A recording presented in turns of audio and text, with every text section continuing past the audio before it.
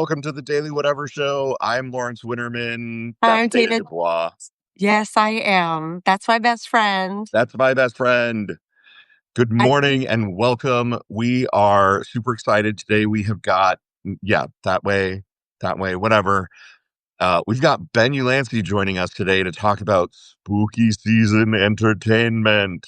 We are very, very excited about this. Ben is super up on culture, games, movies, TV shows, all the things. And so he's the perfect person for us to be talking to today. We will Indeed. pull him on in just a couple of minutes. But first, we have to do our bestie check-in. What's going on with you, Dana? What's going on with Is me? that good, huh? Yeah, it's not that it's like bad per se, just flustered. But some of it's really good. I leave for Portland tonight Ooh, that's with exciting. my older daughter.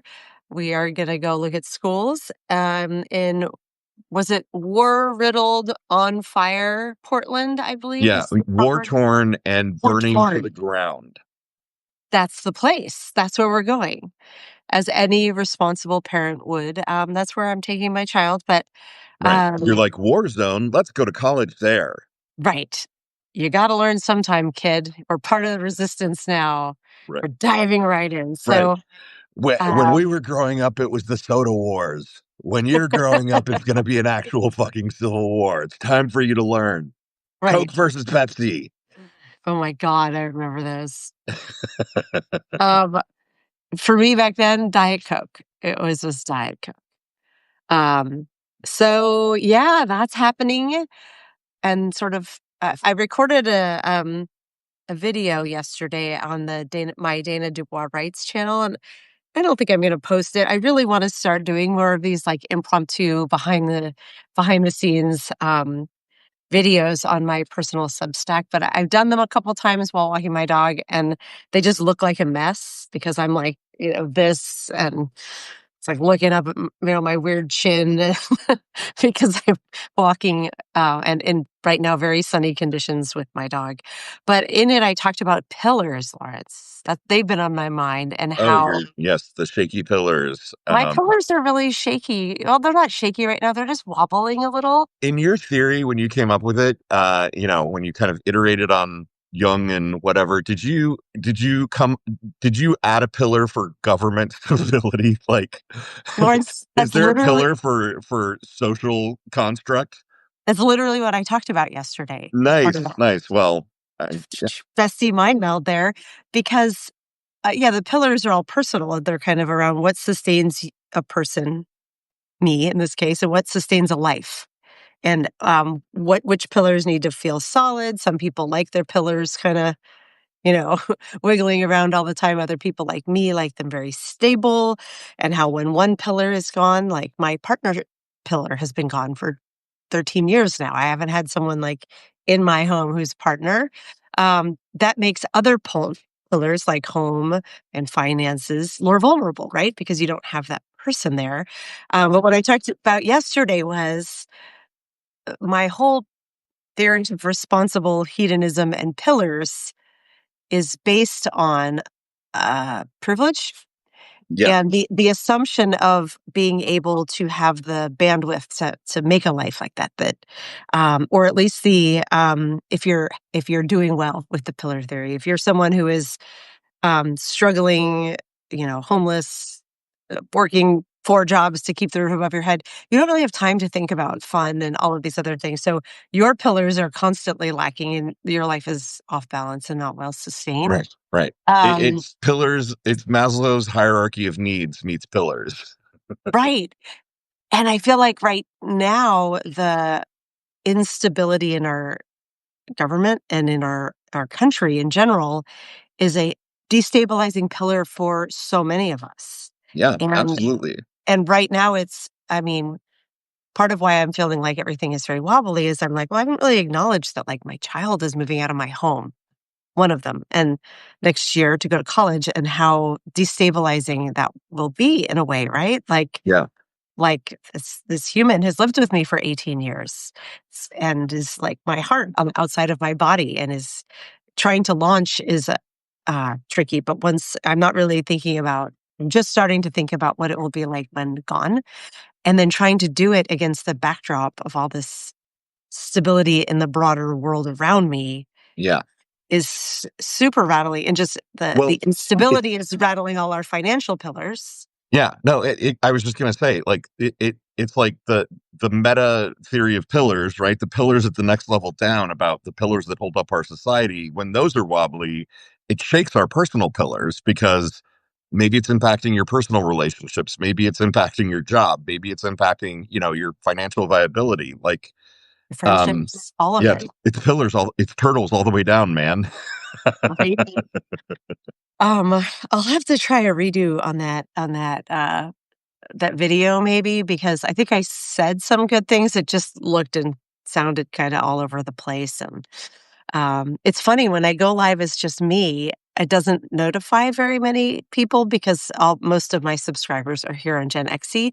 I wish there were a way around that because it's not content I really wanna post to Gen XC, it's just me kind of going behind the Yeah. scenes. Oh, thanks, Karen. Karen was there and said it was great. But Dana Dubois writes as a far smaller list. It's not accustomed to me going live. So it doesn't notify very many people. And I was very grateful for the folks who showed up yesterday. But I was like, I mean, I think you should still do it on Gen X. You just post it under culture or something, rather than I our Gen X might. section, post it under the culture section or politics.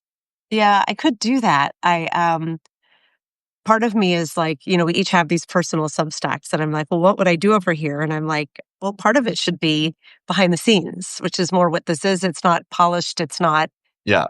Yeah, that's Um, true for yours. Lawrence Winterman science fiction isn't really behind the scenes of me. It's just my science fiction stuff, which, oh my God, I have to get back to. as I was getting ready this morning, I was like, "Oh, we need the next chapter, Lawrence."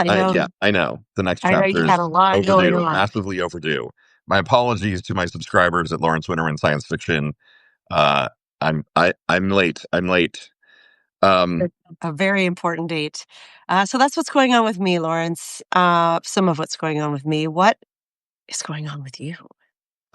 well, I am working. I am doing a Good. temporary kind of thing, or I hope it's not completely temporary. I'm working with Blue Ant Media. Me and Frederick Pogue are working with Cliff Schechter and David Schuster to yeah, help Blue Ant Media grow and kind of get its brand together. So I've been working actually You've really been hard the consulting. last what's You that? guys are like consultants over there, Yeah, in we're my we're mind. consultants, and for the last week, I've been working on like a brand analysis and proposing brand refresh, and so there's hopefully more stuff about that coming soon.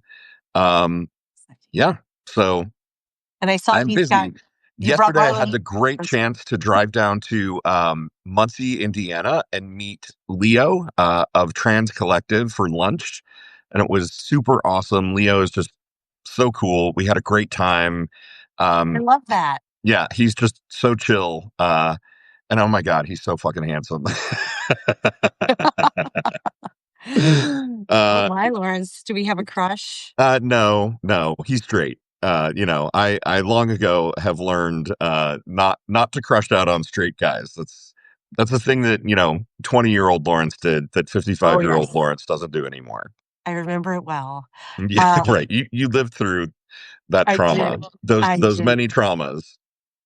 I love as you're saying all of this, Lawrence, what's coming up for me is that I'm like, Substack is like the pillar has become a super pillar of your life. It's you're meeting we're meeting friends virtually, but now you've just met an in real life friend. You have found work through here, some work. We're doing this thing. You're getting educated. You're taking three different classes from Right. three very different people. You made a great point yesterday that I should write an article, which I will do. It's a great idea. I'm going to write an article on how Substack is teaching me things, and not just through reading, but because I'm taking a class on Russian disinformation campaigns from Julie Roginsky and Olga Lautman. I'm learning the tarot with Gray Galaxy in a class that she's giving, and I am taking Karen Atia's race in the media class The first class was on Monday, and it was as absolutely amazing as you would expect it to be because she's Of fucking course. brilliant. So yeah, like I I'm love these actually for you. learning from Substack, not just through reading, but through the connections I'm making. It's great. Yes, it's like Substack University, uh, Totally. Maybe that's and the name and of the this article. Welcome to Substack Universe. right, and even the consulting work you're doing, it's through Substack, so it's sort of like they found you work on campus. Right. Yeah. Substack found No. you Yeah. some work on Exactly. campus. It's like a campus job. And, I saw that Marlon Weems is going to be on, I think today, on Blue Amp Tomorrow. with So Marlon tomorrow, Weems is okay, going to be on Amped Up with Cliff Schecter and David and David Schuster Schuster. tomorrow at 2 p.m. Eastern. He's Um, so wonderful. yeah, I'm Marlon is so so excited so you sweet. He's so 'cause you excited, helped do and that, right? You helped connect those guys. oh yeah, yeah. No, it was my idea. Like we loved him on our show, and so I was like, hey guys, I've got a great get. This guy Marlon Yes. is brilliant, and would love to talk about the economy. And so yeah, it's a great connect, and I'm really excited about it. The funny thing is, when I was texting with Marlon, I was like, oh yeah, Cliff Schecter, Blue Ant Media. I was like, oh, and David Schuster will be on the show as well. And he was like, David Schuster? Wait, that guy? David Schuster from MSNBC? And I You're was like, like, yeah. And he's like, oh my God, oh my God, oh my God. "Yeah, it's exciting, man. I do the same thing." That's the beauty of Substack at this moment in time, and I suspect it will be fleeting where, like, yeah, David Schechter from MSNBC and Julie Orginsky, who's on CNN by my calculations about or she was on Eastern Time, so she was on an hour ago, and they're like, "Yeah, yeah, they and our show, like, Right. these Yeah. things Oh don't yeah. intersect." They're on CNN and MSNBC and, our show too. And the daily whatever. It's just All done. right. I'm pulling in Ben. Ben, it Do is it. time for you to join. We are, uh, yeah. And Ben is on our show. Julie And that's Orginsky, Karen Attia, and Ben Ulansey, everybody, joining us yeah, momentarily. and there he is. What's Hi up, there. Ben? Hello, Ben. How are you this morning?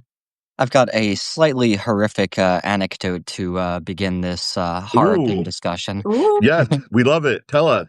So I was making my morning coffee today, which was especially vital because I am not a morning person. Right. And so I finished steeping the coffee, and I look into the grounds, and I see a 1,000-legger centipede. Ooh. So but best believe I did not drink from that coffee and had to make a full new one from scratch. Ben, But you missed your opportunity to coffee become chew is here. Centipede Man. Right? I'm pretty sure that's the Peter Parker origin story, right?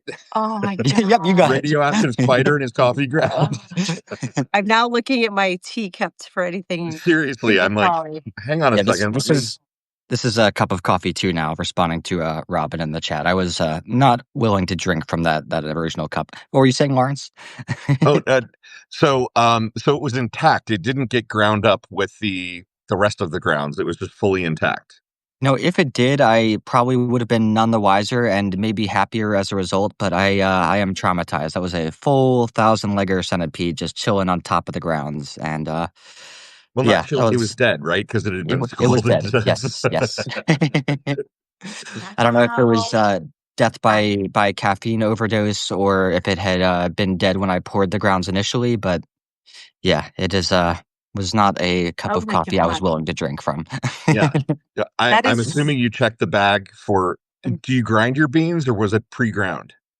It was pre-ground, and now I'm going to need to analyze all my beans a lot closer moving forward. Yeah, absolutely. oh my You god. know, a little inspection kit to make sure that there aren't creatures inside. That Karen is saying it is could be a horror film opening, which is actually, yeah, I was thinking the same thing. This could be how a horror movie starts. yeah, no, that absolutely is that's it would only be it for the horror movie though, you will have just taken your first sip and then looked Right. down and seen it, right? You spared yourself that. Right. Or Um, you finish your cup and then you see it and you're like, "Mm." yeah, For- even better. Fortunately, I did not get as far as taking that first sip. I looked into the grounds, and yeah, that was game over for me. Pulled out a whole new mug. I wasn't even going to drink from that mug. So, Right. but Clearly that mug can't be trusted. So I started my coffee 10 minutes later than I would have liked to, and I'm slowly gaining my bearings as a result. How you do these at your 7 a.m., Dana, is beyond me because Right? She's a 10, miracle. She's a miracle of modern science. because I 10, thank 10 a.m. you. is still the zombie hours for me. What were you going to say, Dana? Yeah, I'm thinking of writing a story about this of like I've been living outside my time zone now for almost 6 months. And what that's done for me, as someone who is like a mid shifter, like by nature, I would like to be up till 12 or 1 and sleep till about 8:39. Yep. And so it was always a struggle to be up at like 7:30 or so to start getting ready for work. But now being that 5:30 alarm is like, that's what it's like.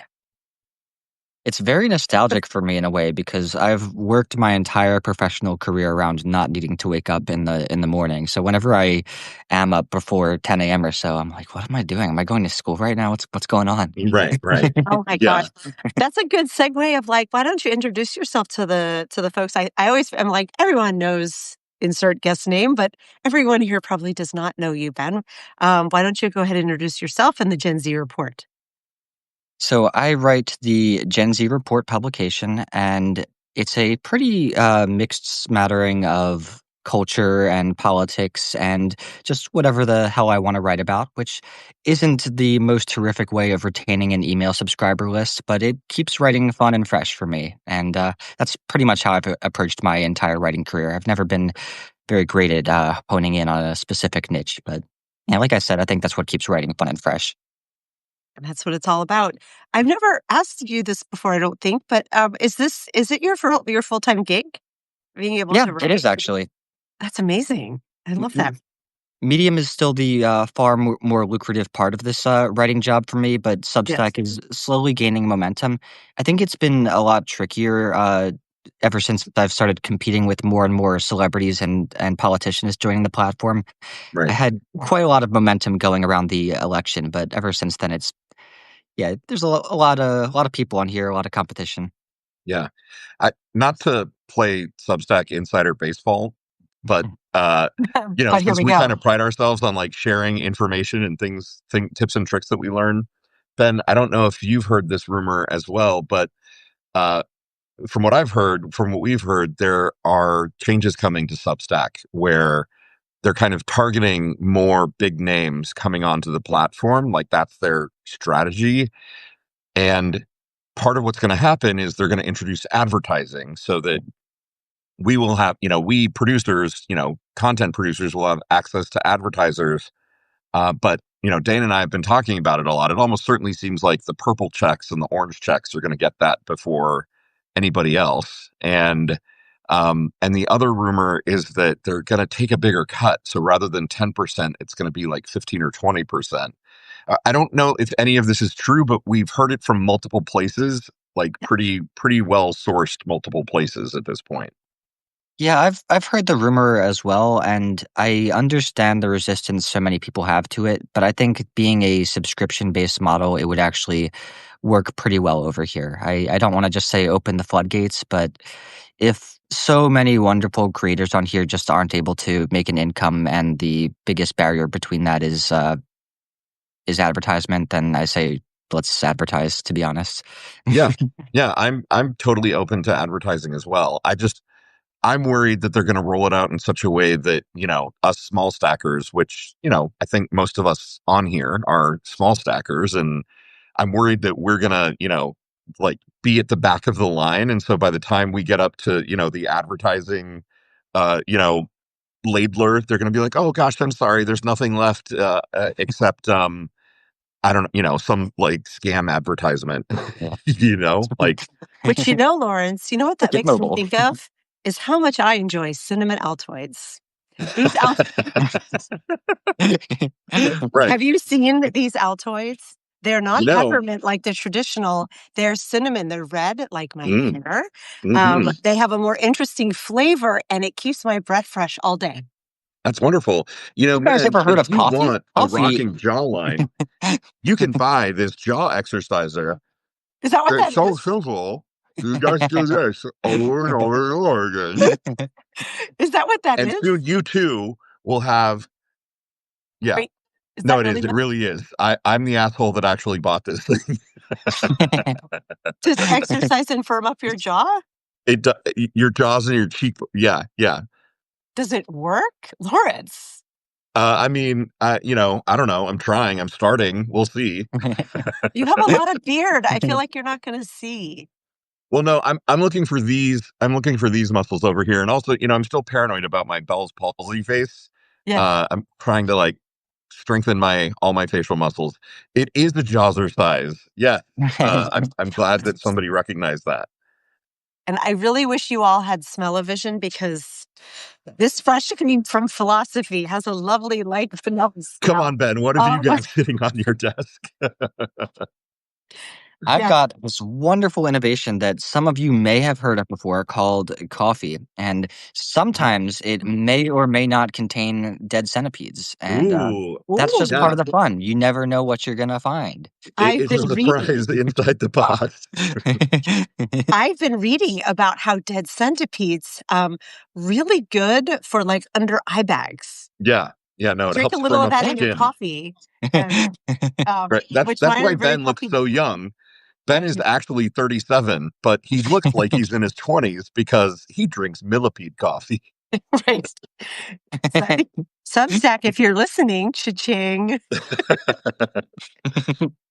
Well, I've already Ben, Funny tell told us how people about I'll the sell so now. I'll the sell now. millipede in the coffee instantly made me kind of go to like body horror kind of movies since we're talking about spooky season and like spooky season entertainment. Have you seen Poltergeist, the original Poltergeist movie? I was about to segue into Human Centipede, but I have seen the original Poltergeist. I actually recently saw it in a drive-in theater. Nice, nice. Oh, how fun. Remember the scene where isn't there a guy who ends up having spiders on his face, or am I He thinking of a pulls different? his, He ends up he like starts, I think clawing you're his right. face off, right? That, yeah, that's what I was thinking with the millipede thing. That like you drink the coffee and then tomorrow you wake up and you're like, what are these weird boils on my face? And you like scratch them open and millipedes come pouring out. So on the centipede theme, I would say that Human Centipede is a movie that has gotten an unreasonably bad rap over the years. People think that it's a lot more graphic than it is. Human Centipede 2 and 3 are when they really begin to lose people and lean into their human centipedeness. But that first one was an unreasonably good and suspenseful movie. I had low expectations going in and was pretty darn pleased at every turn, to be honest. I don't know really. if that's the first horror movie that I would recommend to people, but it was one I enjoyed more than I expected. Okay, Yeah, but wait, are we talking about the same thing? I haven't seen it, right? Because if I recall correctly, this is a movie where people are like sewed together mouth to anus. And yeah, I mean, that was kind of enough uh, to. you have to trigger warn me before you say that. Oh, sorry, Dana. Trigger warning. Yeah, the premise sounds a lot more unwatchable than the final product is. Like I said, it's number 2 and number 3 where they try making the centipede longer and longer that they really begin to lose themselves and lean a little too hard into their human centipede name. But that first one is one that I can unequivocally recommend to most viewers, at least. Oh, okay. Okay. So Human Centipede, we're putting that on the list. Um, Are you keeping a list, Lawrence? Should I keep a list? we should keep a list. We should totally keep a list. I will keep a list. Yeah, I kind of don't know where to go from that, to be honest. I mean, because it makes me flash back to one of the earliest horror movies that I ever saw was called Kingdom of the Spiders. And Ben, I don't know, it's so Wow. old that I'm not sure that you would have seen it. But it was like so for a while in the 70s, like late 70s, mid 70s, and maybe early 80s, there was this rash of movies, I think probably inspired by Hitchcock's Birds, that was about like the natural world run amok. And it was always like a thing, right? So like there was one called like Ants or something that was about like giant ants taking over. And then there was Kingdom of the Spiders, which was about like a small town that basically gets overrun by tarantulas. And that Wow, I Lawrence. saw that when I was I don't like 7 or something, and it massively imprinted on me. And so my arachnophobia can be directly traced to that moment. Ha- is there anything like that that you watched when you were a kid that sticks with you, like your like a first horror movie or something that kind of baked into your brain at a young age? I think the one of the most quintessentially traumatic experiences I ever had with a horror movie growing up was seeing Dawn of the Dead, the newer one. I think it came out in 2004 when I was up late one night, and oh my god, that was so much scarier than anything I could have expected, and one of those moments where I'm like, man, maybe I really should have a bedtime for a reason. I love that the place your brain went was like, maybe this rules-based system my parents are imposing on me is actually worth it. If I defy my bedtime, I end up seeing zombies, and it's too scary, and I don't know. An- Oh, little Ben. That's so I can just picture little Ben. I apologize. I need to step away for 1 minute because my dog is demanding my attention. You Aw. two carry on. I know she won't hop up in my lap either. I think I need to open the back door for her. So be right back. We don't, got to take care of that. One of my other all-time favorite horror movies that far too few people have seen is 1408, which is based on a Stephen King short story and stars John Cusack. And as a psychological horror lover, I think that was like one of the first horror movies that I truly, truly fell in love with. My dad and I saw it in theaters when it came out, and I was just the right age. It's still one that I revisit almost every Halloween season.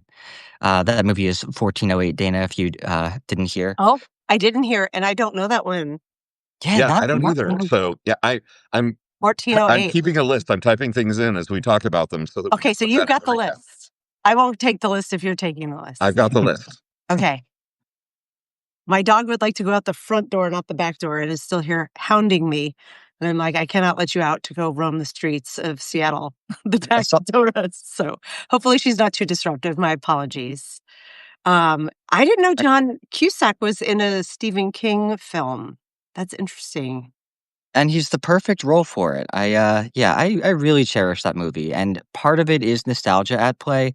I think that horror movies are one of the places where you can tell how cinema ages the very most. And seeing anything from like post like 2010, there is a bit more discernible realism for me at least. I saw somebody mention Exorcist in the chat, and that was the movie that my dad has always argued, oh my God, this is the scariest movie of all time. And I would have loved to love it, but that is one of the places where my modernism shows the very most, and I just could not for the life of me get behind that movie. I think that the movies just hinge so much on special effects that there's very little that really sold me about the movie. Like a lot of the scenes that are supposed to be the most horrific are borderline comedic by today's standards. Right. And Although I have a good story about that one when you're done. Please keep going. But I have to. Scary Movie satirized The Exorcist, and it's like hard for me to even tell one from the other because it's not scary either time. I Do you, love that you called out 2010, first of all, as the kind of breaking point for older horror and then like modern, more sophisticated horror. That's the year my second child was born. And both of my kids love horror. And I don't, I've seen some, but when we go back and watch older horror, for the most part, we hit the same problem of things that I'm like, oh, The Shining is so scary. And we watch it and they're like, why didn't they just call somebody? There's Right, right. there's so Why many don't they plot just grab points. their phone and text somebody and say like, "I'm in trouble"? right. But The Exorcist is an exception. I had never seen it because I don't love horror, and they had this. They were pretty young. I'm trying to think if this must have been they were grade school, but I was, or maybe early middle school, and I was like, oh, this is a classic horror movie, so it probably won't be that scary. Like we'd already kind of gotten to that point, and we had a friend over for a sleepover whose family is pretty religious, so that's an important side note. Not in like a creepy Republican way, in a very like kind of love your neighbor way. They're delightful people. But we're watching The Exorcist, and I'm like, okay, this was I think it's a really well-made movie. It is dated, but there's a scene with the crucifix, Ben. Oh my God.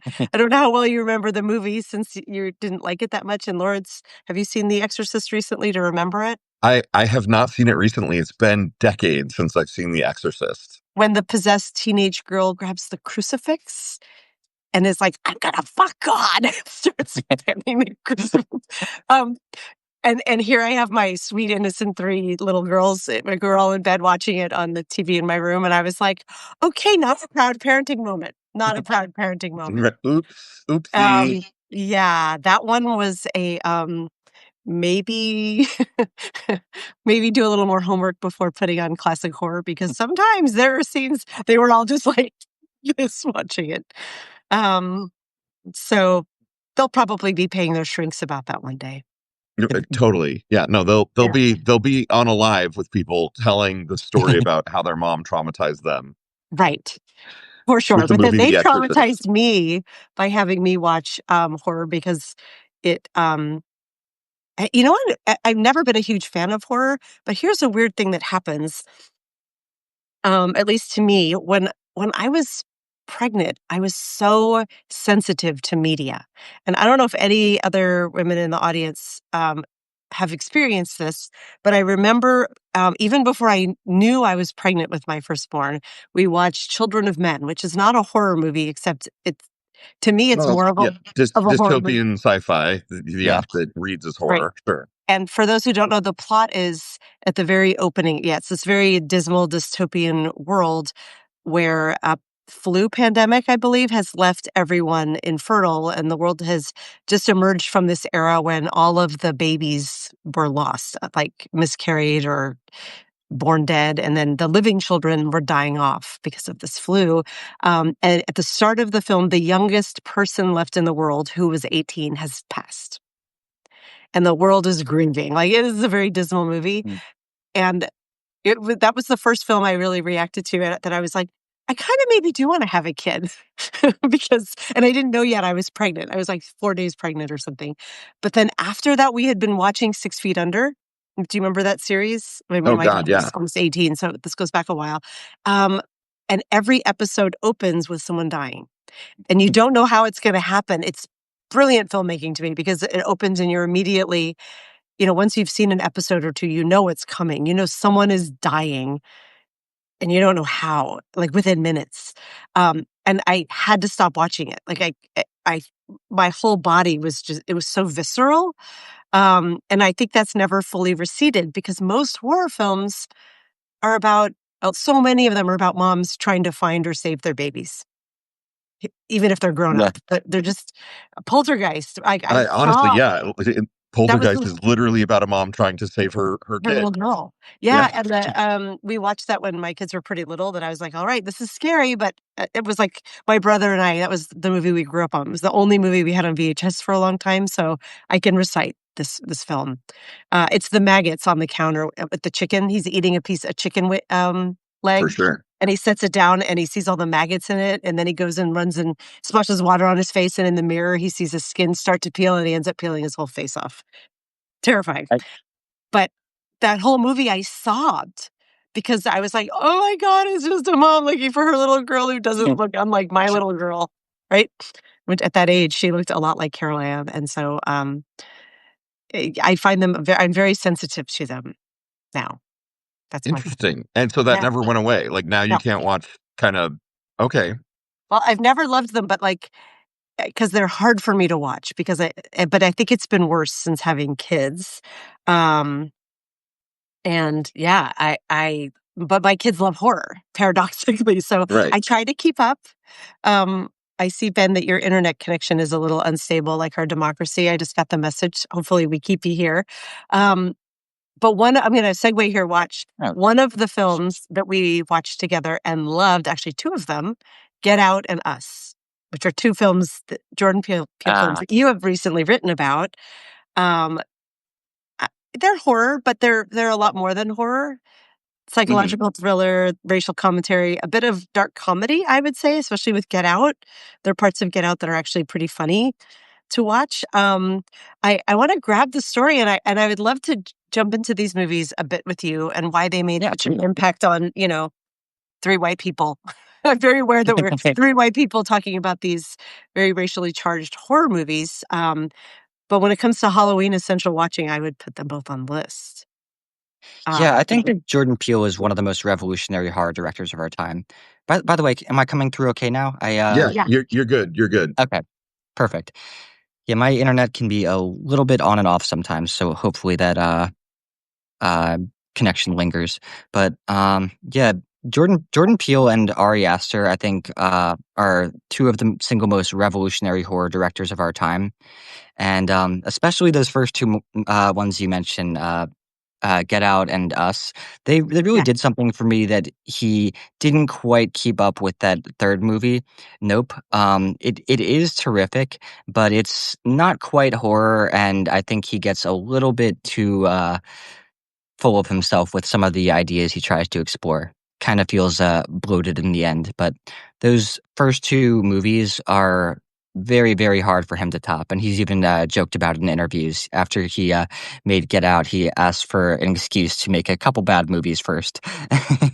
Oh my gosh, that's funny. That is funny. And I can see why. I'm guessing a lot of folks in the chat have seen Get Out, but for those who haven't, can you summarize a bit of what is it about this movie that really has stuck with you? Because it's now 10 years old, I think. Is that right? Yeah. I just read your thing last night and I have 10 years in my head. With the pandemic, time to me is like, you told me that was 3 years ago or 15 years ago, I'd be like, okay, somewhere in that range. What is it 10 years later that's really sticking with you and making this movie on like the culturally important and also Halloween essential list? So even while I absolutely love horror movies, I think that it is the single most formulaic genre, and that all you really need to do to make a horror movie for most part is just have some haunted object of some sort. The rug, the TV, the so and so, and that's enough of a premise for most horror movies. And I think where Get Out really stands out is in the brilliant idea of making the centerpiece of the horror racism. Yes. And yeah, that really is what stands out the very most for me about the movie.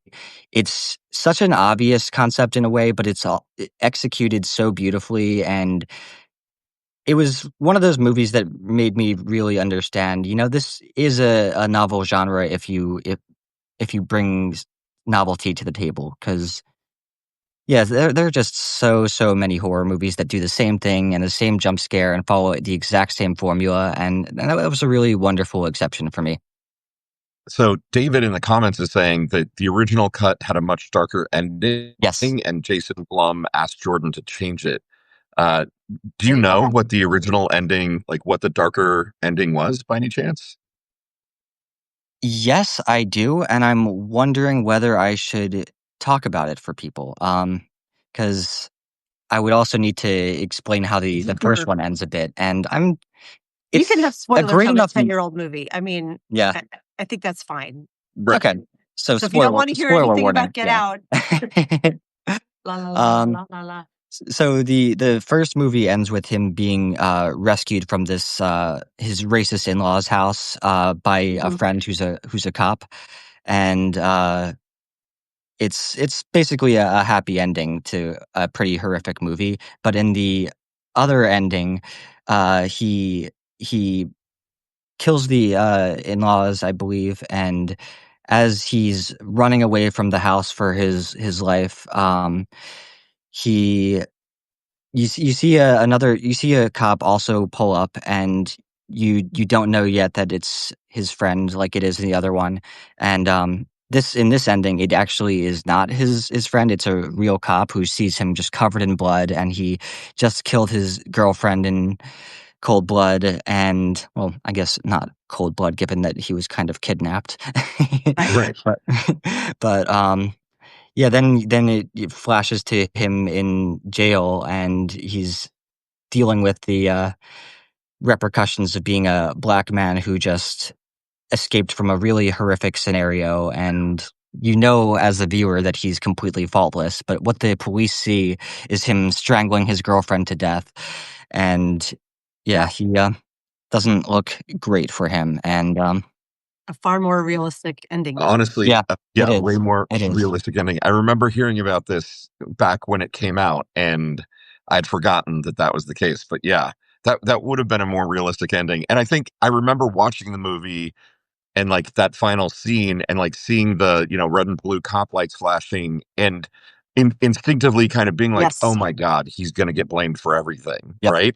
Because we all know what kind of society we live in and how it would actually how it would actually go down. Ugh, yeah. Yeah. So let's The talk hardest. about Oh, a sorry. more current, like, is there something more recent, in terms of like the horror genre that you've seen and not necessarily film, like is maybe TV or, kind of made for streaming movies. There's a lot of those out now. What's a more recent thing that has really grabbed your attention? One interesting show I thought about talking about, and it's not because it was so amazing, but I thought more so that it was an interesting way to frame this conversation, was the Ed Gein Netflix show that just came out. It's the third season where they've explored a different serial killer and their past. And I'm not sure if you guys are familiar with Ed Gein. Is he one that you're aware of? No. No, He tell was us more. he was the inspiration behind Silence of the Lambs, Texas Chainsaw Massacre, Okay. Oh, and I believe one other big horror movie. Oh, Psycho. That's right. oh, wow. A- Can I jump in with one question? Absolutely. Is Silence of the Lambs still scary to you? I don't consider it a horror movie at all, but Hannibal Lecter is such a great and creepy character. Um, it's more of a suspense type Yeah. thriller. Psychological thriller. Yeah, Can I tell one little side story about this one that's very relevant to mine yeah. and Lawrence's story? That came out when we were in college, and we both went to the University of Florida. And I don't know if anyone on the chat, I know Karen in the chat will remember this. There were some horrific murders at the start of our junior year. There was a serial killer in Gainesville where we went to school. And for that first week, as everyone was arriving, like right before Labor Day, it was literally like you'd go to bed and wake up the next morning and someone in a different apartment complex of all student housing all around Gainesville had been murdered. I think were there 5 or 7 deaths in total, Lawrence? I can't remember, but It was five. Yeah. they were gruesome. Like one of them was beheaded, and this was student housing, so like the walls were thin, but no one heard a thing in any of these cases, and it was truly terrifying. And then that movie came out. And I went to see it in the theater like an idiot and like literally sobbed. Like I was so like that was up that night sobbing because that movie, like this her trapped in that hole and trying to dig with her nails getting caught in the mud. That trapped feeling of like that was how at least it felt for me to be in Gainesville and going to bed every night and being like, oh my God, is it going to be me or someone I know next? So to me, that movie, I've never gone back to watch it again. And I'm wondering if it still feels terrifying, but sometimes I think you have to when you bring your own real world horror into a narrative, that is just, maybe I'm too sensitive to horror, but it was really terrifying to me. Was it terrifying to you, Lawrence? First, do you remember Silence watching? of the Lambs. It wasn't terrifying. I mean, it's a great suspense thriller. It Mm, wasn't terrifying to me. It was. I remember being more skeeved out that he was a cannibal than anything else. yeah, It was gross. It it wasn't. was I don't know that it gross. was scary. Um, Ben, so I didn't get this down. The Netflix show, is it called Ed Geins? What is it called? It's called I believe the name is Monster Ed Gein. It's being promoted very heavily on Netflix right now, and I can't say that I would entirely recommend it. It's got a lot of strong qualities. The acting is very good, the scenery is very good, but what frustrated me the very most about it is that it becomes just another dramatization of a story that doesn't really demand dramatization, Right. because he was one of the most prolific serial killers of all time, and for them to just tell the story as is without any liberties, I think would have been enough. But there were 9 or 10 times throughout watching it where I had to look up, wait, did this really happen? Did this really happen? And Mhm. across the board, the answer was pretty much always no. Oh, So yeah. so that frustrated me a little bit. But one thing that I really liked about the show was the way that it explored the gradual post World War II desensitization of America, and I think even the world at large. Um, and it showed how Psycho was made and how audiences initially reacted to it, and it was so funny for me because that was one of those movies where I appreciate it, but it's pretty comical for me to look back at the scenes that people consider to be the most horrific, like when the guy is falling down the stairs and obviously the iconic knife. Like by today's standards, it's pretty hard for me to connect with those scenes, and explores the making of Texas Chainsaw Massacre and how that was received as well. And yeah, it's just very interesting for me as a modern viewer just how much our tastes have changed in that regard. Because Mm. going back to see those two movies, it is just not terribly convincing for me. But like post 2010 or so is when things just start getting so obscenely graphic that they just kind of expect a level of desensitization from all viewers. And that's the world of horror that I grew up with, really. Right. Right. What are your feelings about like horror crossovers, like Cabin in the Woods, right? Kind of a horror comedy Mm. crossover, or I mean, I'm not sure Final Destination counts as a crossover, but there's to me those movies feel slightly comedic in the fact that you kind of know what the setup is and you know that it's going to be some absolutely ridiculous death. Um, what is your stand on those? That's so funny that you brought up Cabin in the Woods. I just watched that for the very first time last night, so it's Oh my very gosh, yeah. Wow. it's one of my favorites. Yeah, I really like that one. It was I wasn't sure how I felt about it for the first hour, but I think it all came together in a really interesting way in the final act. I didn't totally love in the beginning of the movie the way that it was just kind of the serious, scary part of the movie was interspersed with this the the puppeteers behind the scene just trying to make the experience scary for the protagonists. But yeah, in the end, it all came together in a really interesting way for me. I would give that movie a pretty high rating.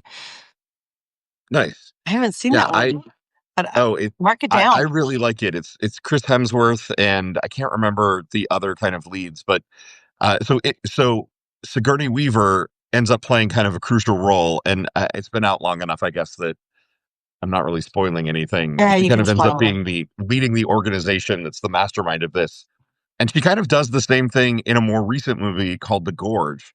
Have you seen that one, Ben? It's Netflix or Apple TV. I only saw the trailer for it.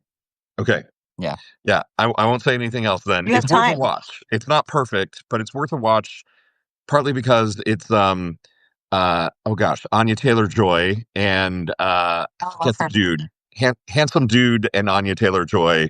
It's actually a great watch, Starring handsome dude. starring a handsome dude and Anya Taylor-Joy. Yeah, Oh, I Anya love that. Taylor-Joy's been in a few horror movies I really enjoyed. Uh, The Witch I thought was just terrific, and The Menu isn't exactly a horror movie, but oh yeah, that one I really enjoyed quite a bit. It's another one that's almost like Cabin in the Woods in that it has a few scenes that are pretty darn hysterical, but it does have a bit more of a horror streak, that one, I would say. right. And Yes, my kids brought that one to me. That was a great film. I thought I loved it. Yeah, yeah. Did you see that one, Lawrence? I did, yeah. Oh, And it makes me think of what is the movie? It's kind of horror-ish. Zoe Kravitz and oh, what's his name? Handsome guy. It's the one where she wakes up and she like goes to this island and it's very trigger warning. I don't want to give it away. I'll think of it at some point. Because I believe The Man, I'm Menu bad at actually this does this take place morning. on an island. it does. They take a little like ferry boat and this very wealthy guy brings her as his date, but he's swapped her out. Right. He was supposed to bring somebody else, and so she gets there, and it's this like, you weren't supposed to be here, because this whole experience was catered to the horrors of the individuals and their flaws, and he doesn't know anything about her. And she realizes partway through that this man was willing to sacrifice his life and hers to have a culinary experience. And the horror of knowing how little she was worth to him, that wasn't relatable to me as a woman trying to date at all. At all. Okay, I figured it's Blink Twice with Channing Tatum. Have you all Hmm. seen that? No, I haven't. Oh, it is good. It is more social commentary on the roles of women in society, and the way they are Mm. treated by men. So, it's really, really good. Definitely check Add, that one out. add it to the list, Lawrence. I'm Perfect. amused that have Hollywood's leading men become so milquetoast that they're all just like, I don't know, handsome man. It's very unlike you to not remember the hot guy's name, but I have the same It really, problem. I'm honestly, I've never been so worried about my aging as I am in this moment that I can't remember the name of a hot man. Right? I'm Especially not so Channing worried Tatum, about who's, you, so my type. right? Are they just all so similar that you're like, I don't know, hot guy? There's too many of them because Yeah, yeah. I mean, like I've been saying for a while, give me the divas. Like I'll remember the name of a good diva, but I guess, yeah, maybe I've hit the age where generic hot man is just sort of generic hot man. right. Any one of them will do. Um, Ben, a question for you that I think Lawrence and I have contemplated. Is horror more relevant now with the horrors of the world around us, or do we approach it differently because we're dealing with political horrors in the news on the daily? Yeah, great question. I think that I was actually just thinking about this last night. The relationship that I have with horror is kind of a reverse escapism in a way, Hmm, in that most people they turn toward movies and shows to actually get away from the horrors of the real world. Mhm. And for me, it's kind of just the opposite effect with horror movies, but in the best way possible, in that they depict such horrific realities that coming back to my real world afterwards, I'm like, yeah, this isn't quite as bad. I think that the descent into autocracy might be scary, but it's not quite as scary as what most protagonists and most horror movies confront. Okay, so you take comfort in the fact that, well, it's just sending troops into Chicago and Portland. I'm not in Chicago or Portland, and there's a superhero frog to defend us all, so we're good compared to the zombie apocalypse, let's say. Yeah, I I feel like 2025 has been one of the single strongest years for horror movies, and I don't know if that's because of the political turmoil. I guess a lot of these movies were made before a lot of this chaos right. started really hitting the fan, but yeah, you do have to wonder how much of that is based on the state of the world. Right.